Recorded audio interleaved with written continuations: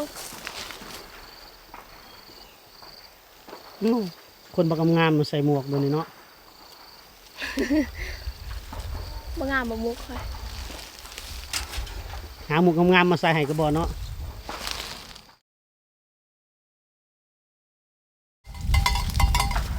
สบายดีท่านผู้ชมเด้อทั้งภายในและต่างประเทศ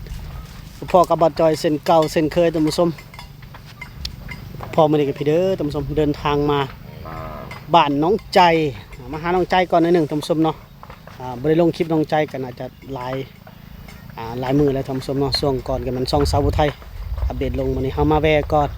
เนาะจาก EP จากใดท่านผู้ชมเพื่อให้ FC หายคิดฮอดนี่น้องเอกเฮาคือหยังมะเขือสบายดี FC ก่อนปงกระตามะเขือมาพี่อ้ายจำให้สบายดี FC ก่อนสบายดีและสวัสดีเด้อสวยเนาะวันนี้พามาเก็บนั่นก็มะเขือเก็บมะเขือคืนเนาะมาเบิ่งต้นในสวนเก่าเพิ่นไม่ค่อยสิเฮ็ดใหม่เดือนใดปลูกผักใหม่เดือนนี้แหละปลูกได้บ่ยามนี้ปลูกได้เดือน5เดือน6นงสินงามได้มื้อนี้ได้ดีคักแล้วบ่ไข่นะบ่เห็นข่อยปลูกไปนอนซื่อยังบ่อยากฟิตร้อยปานใดเด้อตามเบิ่งนะคอยฝักฟื้นขึ้นไปแหละนี่มาก็ฮอดเที่ยงแล้วหาแนวกินก่อนแล้ววะตำมะเขือน้ำไม้ส้ม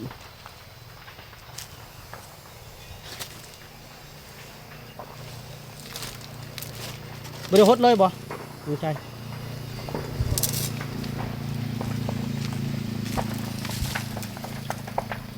เสียงบูบอกเขาจุดไห้เลยท่านผู้ชมทางคนเขาจุดไห้ควันแดดออกแล้วบ่เขาจุดไห้เฮ็ดยังนะโอ้กินกับมะเขือแซ่บนี่ได้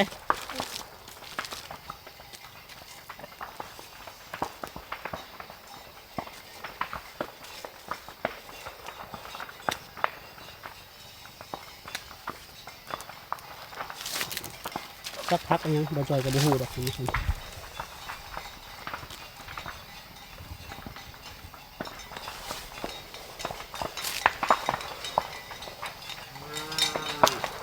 เก็บแค่มะเขือกินกันเที่ยง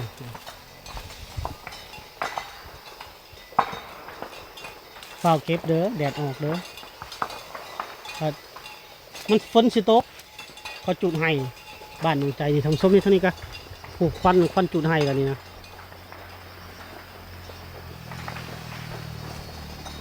ช่วงนี้เข้าชนบทนี่จะเห็นแต่เขาเจ้าจุดให้ได้ท่านผู้ชมน้องใจให้เจ้าจุดแล้วบ่ยังทาง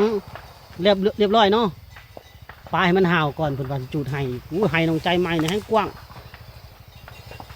บ่อยากคือฮะ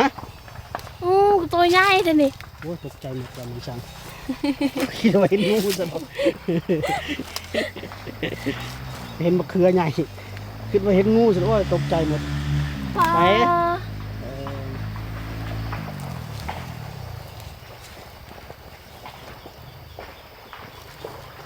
ทำได้ทำดีป่ะชอบบ่บนบ่มีแหละเมื่อไหร่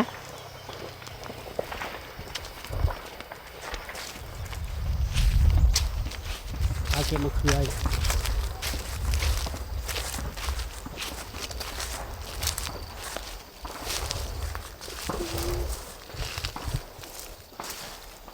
เอาก็คนบักงามมาใส่หมวกตัวนี้เนาะบางงามบะมุกค่ะหาหมวกงามมาใส่ให้กระบอกเนาะมันมุกกุ้มหมดหัวเดี๋ยวจะเอาหมวกมาให้มีอยู่เฮือนหมวกนี่บอกโอ้งามดอกหมวกฮักก็ซื้อใหม่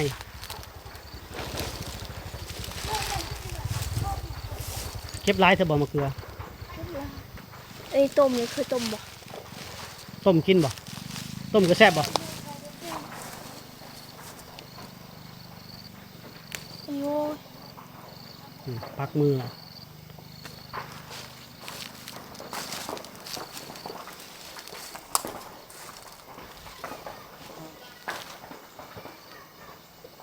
วิธีสาวลาวในชนบทท่านผู้ชมก็จะประมาณนี้แหละพากินพักกินหญ้าดอกกินพักกินเขือกินหยังหาอยู่หากิน กินผักหญ้าไปกินเนาะ หญ้าบ่ได้กินเนาะ มีแต่งูกิน มีแต่บัวกินแนมกล้องเลยแนมกล้องเลยสวยเถอะสวยแบบบ้านๆเลยสวยธรรมชาติเลย เมื่อคืนนี้บังเอิญจังเลยพี่น้องขอกับไป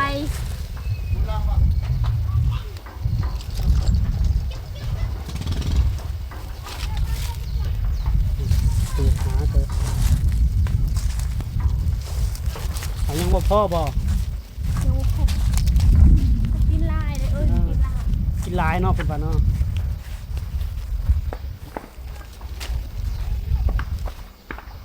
มะเขือคืนน้ำส้มตำกับหน่อไม้ส้มหน่อไม้ส้มบ่น้องใจหรือหน่อไม้หยัง ขอดื่มเอาสักไข่ อยู่ใส่คนอยู่ใครกับไปเก็บไม้ไป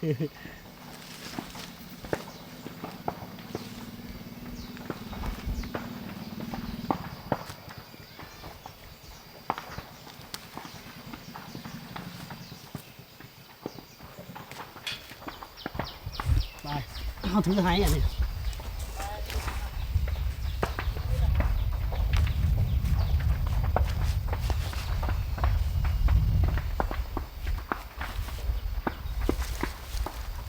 เบิ่งแล้วเปิดนะ พอเนาะ พอแล้ว เอาหัวสักไข่ เอาหัวสีไข่ต่อลืมเพิ่นว่า พอปลูกมันบ่ขึ้นถ้าปลูกบ่ได้ลึก ปลูกย่ำฝนบัดฝนตกเนี่ยมาปักอีกหัวสิงไข่นี่ตะไคร้นี่บ่ได้ได้กินทุกยามแล้ว แล้วก็ของใส่ครัวเฮือนที่ขาดบ่ได้แล้ว ใส่แกงใส่หยังฮักออกใส่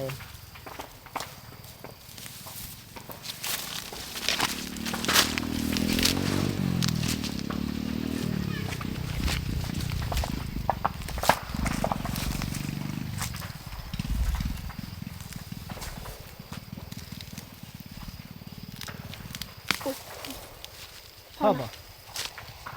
พอ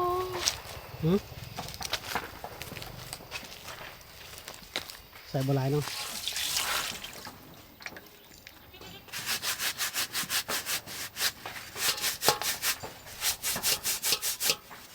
ได้อัน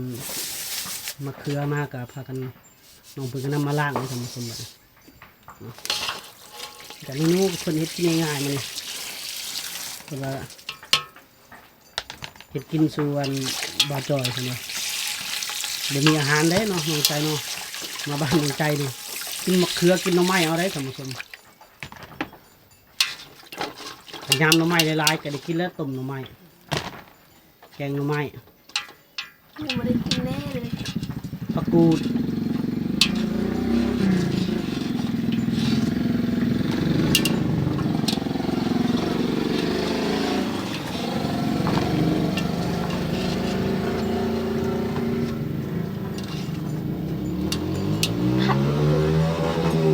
ผัดเนาะ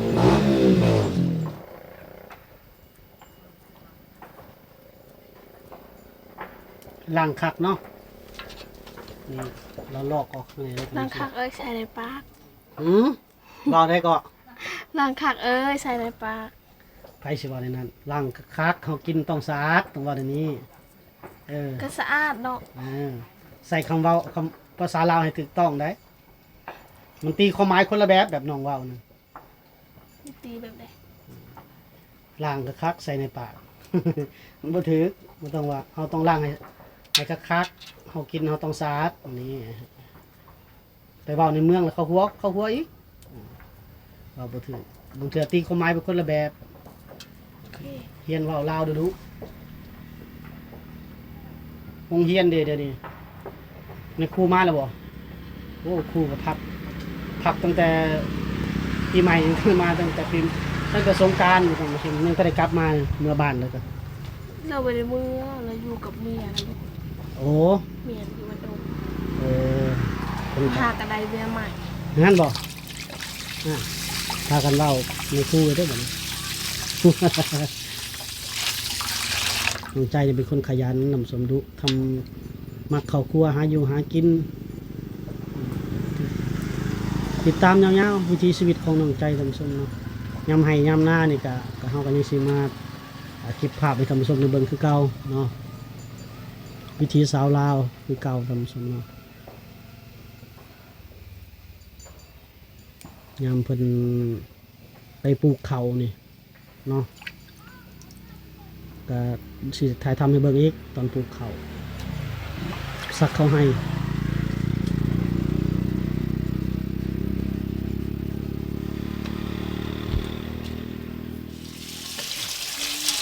เอาคือได้พักกูดน้องใจหืม ซอยไปหา สิเฮ็ดได้อีกพักกูดบัดนี้นะ ครัวกิน เอาใส่ว่าบ่อยากอันเข้าครัวตอนนี้เป็นร้อน ข้าวอยากกิน อยากกินเนาะ โดย กินแล้วข้าวเช้ามื้อนี้ กินแล้ว กินแล้วกินยังจะข้าวเที่ยงเนาะมีคนสิครัวพักกูดให้กินพร้อมได้ผมเป็น โดนเลยไม่ได้ครัวให้กิน โอ้คือสิแซ่บเนาะน้ำมันทอดมีแล้ว นี่ ผักเทียมได้แล้ว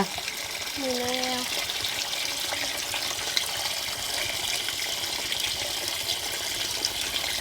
มักจะได้เข้าครัวทั้งคนไปเฮียนปรุงแต่งซะไป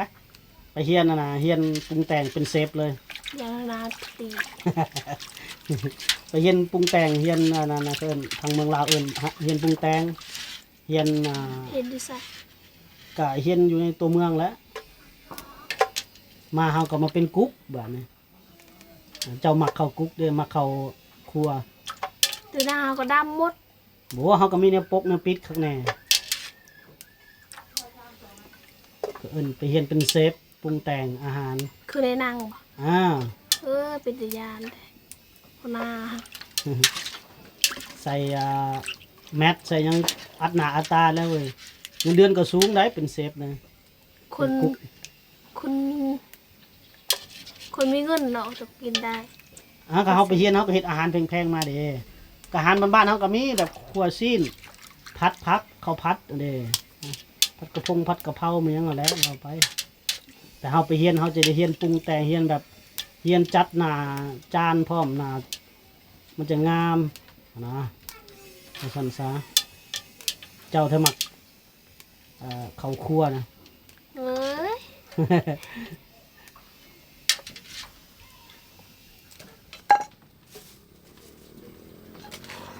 เว้าว่าสิบ่เฮ็ดเมนูดังไฟเด้อท่านผู้ชม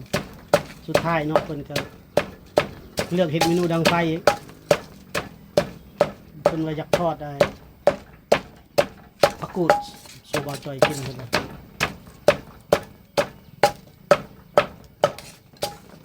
จอยบ่เคยกินเลยปีหนึ่งเลย อืมไอ้จอยบ่ได้กินโดนเลยเนาะ อืม อยากให้กินพุ่นตั้งแต่ยามฝนพุ่นเด้หน้าฝนก็ปูดหลายแล้วเราพัดสุกิน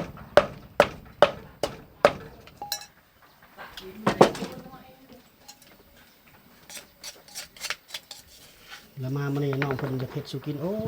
เอามือตรงคักเถอะเนาะแต่มันร้อนล้างมือเด้อ หมอ เดี๋ยวแสบ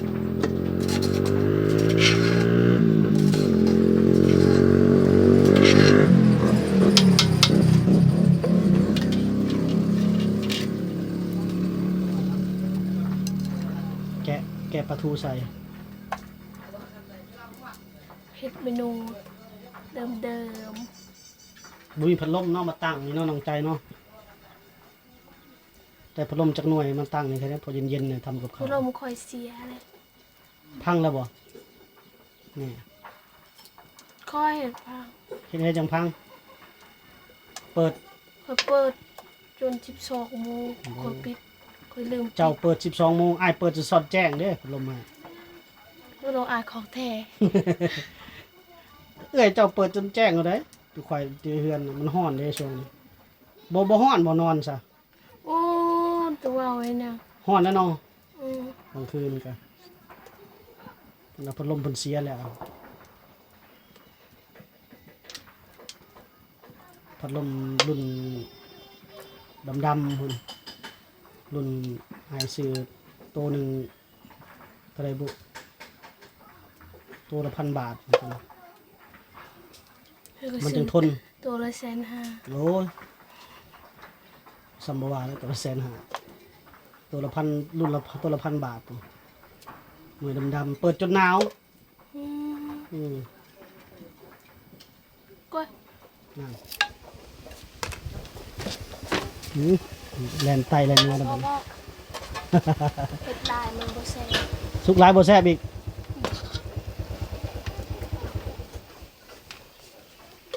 เราก็ฮู้แล้วสุกหลายบ่แซ่บนี่ มีได้จอยเลยสุกกับบ่ฮู้ นี่บ่แซ่ บ่ บ คูดบ่สุกมันจึงอืด สุกหลายก็บ่แซ่บอีกสุกน้อยๆอันนี้เริ่มตำหน่อไม้แล้วท่านผู้ชมเมนูเด็ดเฮา มันนึกว่าเผ็ดเนาะ บ่ดีกับกระเพาะเด้แหละบ่ได้เป็นกระเพาะแล้วห้ามเด็ดขาดวิอายเมื่อคืนนี้กระเพาะดำ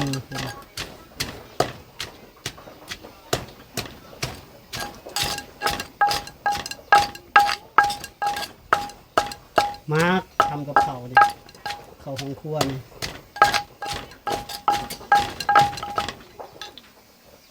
เป็นนัวให้ใส่ แลนไตแลนเนื้อ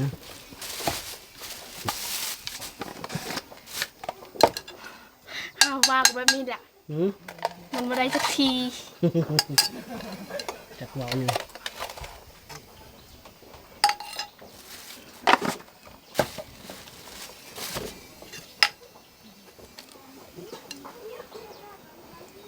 ช่วงนี้บ่ได้ไปหากินเนาะบ่ได้ไปหาสอนช่วงนี้ ไป ไปอยู่บ่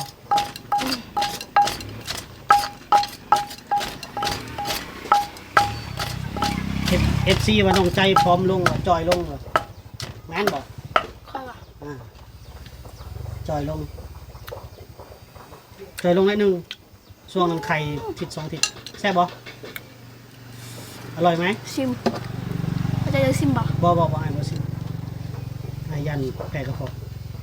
จะน่าอายบ่กินบ่เบิ่งเด้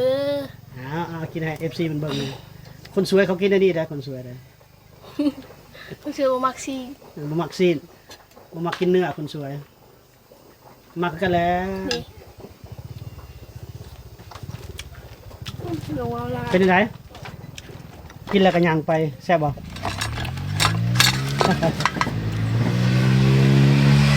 โอ้ได้ยินแต่เสียงมอเตอร์ไซค์อันเวลาป้าจอยมาถ่ายคลิปนี่ได้ยินตลอดเสียงรถนี่คล้ายๆกับอยากอวดอยากโชว์นะ